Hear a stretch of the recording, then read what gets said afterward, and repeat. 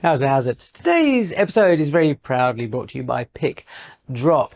Recently, I've been thinking a lot about criticism and feedback. It's going to be two camps. It's either the blind leading the blind, or you've got people who are trying to be helpful by over sugarcoating their feedback. But real improvement in your photography comes from actual dialogue between people. I'm going to share a story with you today, give you a better idea about how to go about the process. Because if you don't, your photography is just going to stay static the whole time. So in my late teens, I was a bit of a crossroads in my life because I grew up in South Africa, and in those days conscription was still going. So the option to avoid conscription was to go and study, and I went, hey, do you know what? I'm going to do photography. So photography was an escape, and every year that I was at photo school and I was still enrolled, I would get an exemption to do it. So there was a lot of pressure on me performing well, but I was kind of hamstrung by everything, which is I was thinking about my photography in the same way that I had on all my other subjects at school.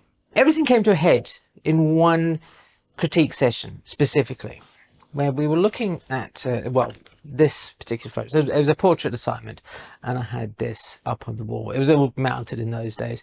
And Flip, who's one of the lecturers, he comes along and he looks at it and he goes, because I always take off the glasses down there, right? He goes, Alex, that picture's soft. You got a focusing problem. And I was like, and the reason I kind of was like this, because I lacked any of that confidence to ask Flip a question, say, look, the reason, Flip, that it's soft, and we can see that, this is actually photographed on a Hasselblad, and it's Fuji RDP2, which is actually a transparency film, is because I've tried something different. I've tried taking that transparency, putting it in a larger, and making a paper negative. I've then taken the paper negative and I put it on the easel, and I've exposed white light through the paper neg to end up with this. But that was my first problem. I hadn't asked specific feedback. I'd allowed Flip just to look at it and give his response based on, Alex, this is a Hasselblad, this is soft, there's your problem. And you see that so often online. That's what happens when you don't ask questions. You get random bits of feedback that aren't actually what you want. Now, there's a reason why I didn't actually ask a specific question. Aside from it being my background, there was something a bit deeper going on inside me. It took a long time to get over. So recently, I was given this great book by a photographer called Robert Pistoschi, and I hope I've pronounced your name correctly, Robert. If not, let me know in the comments. And these photographs in there, and I'm going to flick it through because there's a lovely little made book, but it is handmade, so I'm not going to sort of bend it. He has an Instagram account, which I will link to below. These are photographs of house clearances from when people pass away, and they're full of emotion. Right. And I'd imagine that, Robert is emotionally invested in these photographs. That's what makes photographs great, when the photographer is connected to them, who cares about the images. But that's pretty rubbish when we are trying to get feedback from photographers. In my case, with Flip, I'm like looking at this and I'm wanting him to go, wow, Alex, that's so cool. What a kind of cool, funky idea and stuff like that. And I felt let down and worried because I'd made that great mistake of thinking that this photograph is me and we're going to critique it in a way that's emotionally driven and I feel invested in the result. Critique, feedback, whatever you call it, it's not a discussion of me, the photographer. It's about a discussion of the photograph that I have asked a specific question about. Okay, so I've got 30 years of experience of doing this. I've built up some some processes that really helped me. A lot of trial and error from those first sort of faltering times at photo school, and I did actually go all the way through photo school, and and avoided the army mostly because they stopped conscription when I was in third year. But what about you? All right. So what about this sort of framework if you want to employ, especially if you're kind of new, right? So we've had the first part, and that is to ask questions. Don't just say criticism welcome, feedback welcome, whatever. And then to be specific about those questions. What's one thing that you want help with? In my case, it would have been like, Flip, does this printing process work? How could I improve it? And C is a very important one, is to consider the source. Now, Flip, he's a lecturer at photo school. I think, I can appreciate he's got some knowledge and what have you. But if you go looking for help in, say, a beginner's photography subreddit or somewhere there, you're going to get help from beginner photographers who aren't really going to be able to have the chops to really get to the problem of what you need to do to improve, but also don't understand this whole process. So consider the source that you get help from, with great care. It's also important to digest the responses that you get. It's one thing to act emotion, to say, wow, I don't agree with you because blah, blah, blah, blah, blah, blah. I think, because we all have preconceived ideas about our own photographs and what we're doing with them and stuff. And that's where with that divorcing from that emotional attachment will help you digest the feedback. Once you've sat and you've digested it, which is quite handy because we're in the kitchen, it's time to evaluate what you've learned and actually implement it. Take the advice and try it. Don't just be yep, kind of, I'll do that, because I used to do that, and it doesn't help. All it does is just it kept me sitting there with my photography, feeling like it wasn't going anywhere, and I'm looking at everybody else and thinking, wow, why is it that they're improving so much? And that's because they were asking questions and they were implementing what they were getting. Now, recently, I asked you guys a question. I said, take some photographs of things that illustrate the concept of awareness and observation. And to help you kind of make a bit more sense of this whole framework, these asking the questions and what have you, I'm going to look at some of your work now and actually talk through the process of what a critique might look like if we were looking at those images. So to help me with this, we're going to use PicDrop. Now, PicDrop have been a fantastic sponsor of the channel for some time now, and I'm really, really pleased with the setup that they have here online. So you can create your own private galleries. As you've seen, you can allow people to just drag and drop their uploads. That's what people have done here. And when you look at the images, you can arrange them by file size, you can arrange them by capture time, you can group them by all sorts of color flags. There's a whole great way of being able to put them together in a system that works for you. You can imagine if you were a photo club looking to have an online critique or something like that, this would be a real godsend. Now, what I've done here, I've got 500 files. So I'm just going to randomly spin my mouse up and down. So my mouse is a pencil, and I'm going to find some to fit and stop on. Okay, right. So what am I drawn towards straight away? I'm drawn towards this image here, he says. So it's a new pen, so I'm not quite used to it just yet. Now, let's look at this from the perspective of, running a critique. I have set an assignment, observation, and awareness. Now, I'm going to make a couple of, assumptions here that the photographer is going to ask. I have tried to isolate a subject, and is it working? Has that succeeded? Now, one of the things to do that you can actually help you get away from that idea of talking about things emotionally is to, first of all, look at the photograph and name what's in it. Physically name what's in it. So in this case, we have a lampshade. There is a shadow, and then there's all this kind of empty space around it. So it's a fairly simple photograph. We then look at it and analyze it from a technical point of view, purely technical right now.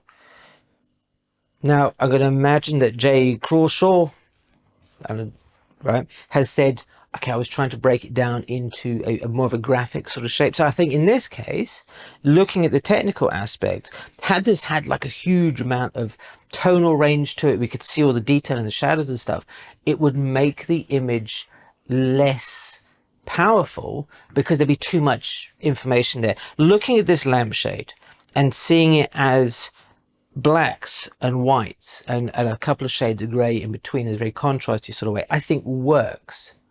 I also like, and you probably can't see it on the screen here, but if I zoom in like that, it is quite grainy after a fashion, but I don't mind that. I like that because it gives it a bit of atmosphere. It makes it feel like it's organic rather than just, you know, a very cold, sterile, you know, super smooth kind of image. I love that idea. Now, what I said there, I love this idea. Try and not use these phrases. Try and not be, you know, emotionally invested in the image, saying I love it or don't like it, or what have you. Purely remark upon the things that are in here. So that's a little bit of bad thing on my head. It's a bad habit I'm trying to get over. Then you can ask yourself, you know, in terms of the assignment, taking an everyday object that other people might not have noticed, being aware of it, and then observing it and taking a photograph in a way that is a bit, you know, different to surprise people. I think, yes, we have, in this case, absolutely fulfilled the brief. Is there room for improvement? I think you could revisit it, go back, maybe tighten up the composition, try some different ideas a little bit more. You know, it feels like it wants to be very static and upright. Then I think you need to kind of probably get in there and just make sure that everything is bang on. And that's a really good, you know, it's a good image that I think has value because it has fulfilled the brief. Oh, okay, I'm going to take this one. Boom. All right, so let's follow that process again, shall we? All right, so what do we have here? We have some plants, 2 sets of plants. There's some sky. There is a building. There's, you know, windows in the building. There's some lights. We've got some shadow, things of that nature. Okay, so observing and awareness. Now, whoever took this photograph might be asking, say, okay, well, I've been trying to, let's say, you know, have a juxtaposition between the plants and the building. Has that succeeded? Okay, well, let's look at it from that framework. That might be the question that they've asked. And we've got the pieces. Let's look at it from a technical aspect. What it seems like here, there's a really lovely difference between the building color. See that warmth of the color, and then the green. So the image is quite vibrant, especially with the blue of the sky working together. So it's got a lovely sort of pop. In regards to the composition, I don't know about you, I'm sort of looking at this and I'm thinking it feels a bit loose. Feels like this sky, even though it's a lovely blue, I think that's too much. I think if you come here and you made this possibly as a square, that might help, because we're cutting out some of that object. One of those objects, the sky, in this case, isn't really helping the image from a compositional point of view. From the color point of view, the blue, absolutely, I really think it's improving the image. But there's enough down here in this little blue part there to make it, you know, bring that pop of blue in there. In regards to, you know, is it fulfilling the brief and what have you, I think, you know, from a certain perspective, yes, it's fulfilling the brief. It's at least showing an awareness of trying to photograph things in a way that isn't just normal everyday stuff. A lot of people may have photographed this building without the bush. It shows a willingness to try things out, try and, you know, really kind of, you know, see the world more as a photographer than just somebody with a camera. Okay, let's do another one. I'm really enjoying this. I like this kind of approach. Let's go all the way to the bottom and do a little boom. So we have here, once again, the hand with the biscuit. There's a cup of tea and there's a table, and those are the objects in there. From a technical point of view, thinking about observing and awareness, in regards to that technical aspect, this is quite clever. You know, it's it does take a little bit of technical skill, takes some thought to get all this done. Everything seems to be nicely lit. It's lit in the studio. I think the lighting's been done well. It's not overly harsh. Sometimes, often you see in studio lighting, a lot of people, it can be very brutal with their lights and overlight things. But in this case, I'm liking the softness of the tonalities in here. The idea, you've got this biscuit that's being broken in there, so there's a bit of, you know, compositing,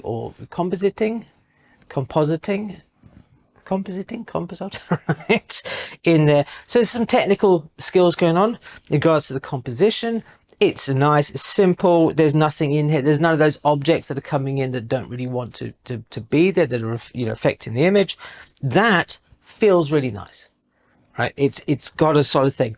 Now we get on to the kind of, you know, does this sort of fulfill the brief? Are we getting into what it's kind of asking for? Now, I'm somewhat conflicted about this, because on one hand, I think, yes, we're kind of seeing things that we don't necessarily see in the real world, but this image feels slightly contrived for this assignment. If we were doing studio photography work, and, you know, and trying to illustrate some lighting and how to make, you know, a benefit that you get from using studio lights, this would be working really, really well. From this idea of, you know, awareness and observation, I'm not 100% sold on it, but I appreciate that you are seeing something that's there that we can't always see, and you're playing into the strengths of what photography can bring to the table. Now, this juncture, I just want to point out something we did the last time that we had a critique session, was that a lot of people were going, "Oh, these pictures are rubbish, they're no good, I wanted to be impressed," and stuff. And it's that kind of thought process that I think we need to get over, right? These are images taken by 500 different photographers that are all representative of a huge, wide range of abilities and skills. All right. So when I look at a photograph like this, these light trails, things of this nature, we've seen them over and over and over again. All right. If you've been around photography long enough, you see these kind of things. However, for M. Lawler, this is what they've produced, and they want some feedback on it. Right. So again, we're going to turn to that framework. What have we got here? We've got some traffic lights.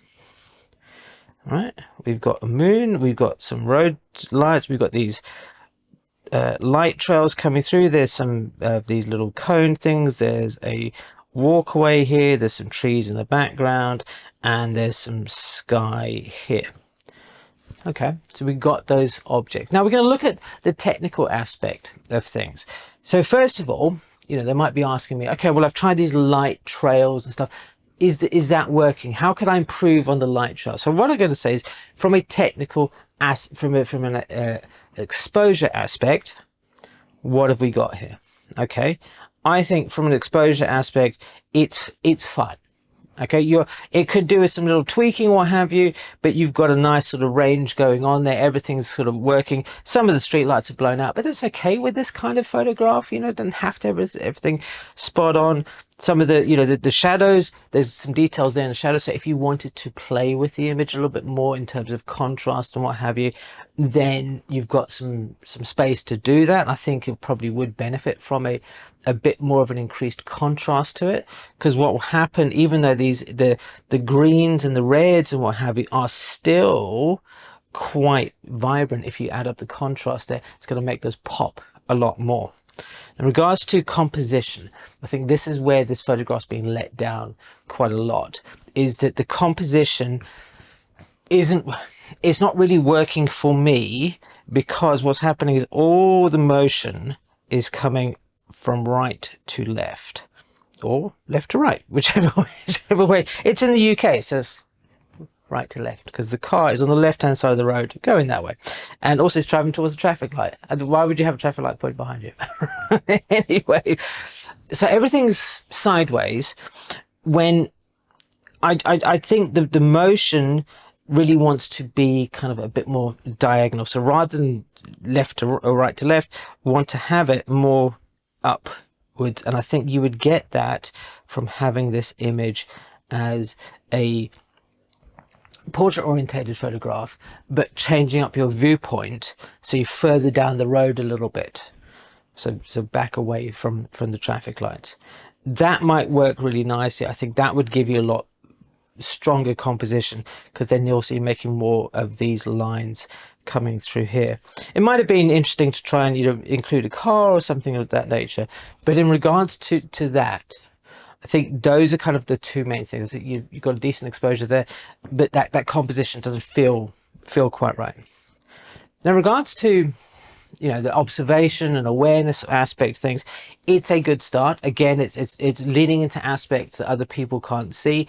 I would hesitate to say that quite a few of the photographs that I have seen do lean into technical aspects to achieve the goal, and there's nothing wrong with that, but don't think that you have to leap straight into the technical aspects to find things out there that are different. That's a really good example, right? And I hope it's given you some ideas about how we build up these dialogues that are so important to driving you forward as a photographer. It really is super beneficial. And I have got a cohort coming up. Starts in the middle of August. There's only 20 spaces, and we've already filled quite a few of them. So if you want to get on there, get more of this kind of in-depth thing, it's a 4-week course. Spend a lot of time talking about photography, set your assignments, retraining your eyes to see the world, getting feedback from not just myself, but other people in the cohort, just like I was getting feedback from my fellow students. What a massively helpful way that was for me to start improving my photography. And not only is it just your fellow students, but there are also people from previous cohorts who lean in with you week on week, day by day, talking with you about your photography in these kind of ways, helping to lift everybody's boats up in the rising tide. If you're interested, please check on the link in the description box below. I have to thank you ever so much for watching. And if you want to check out one of my other fun videos that you might enjoy, click over here. Thanks ever so much for watching. I'll see you again soon.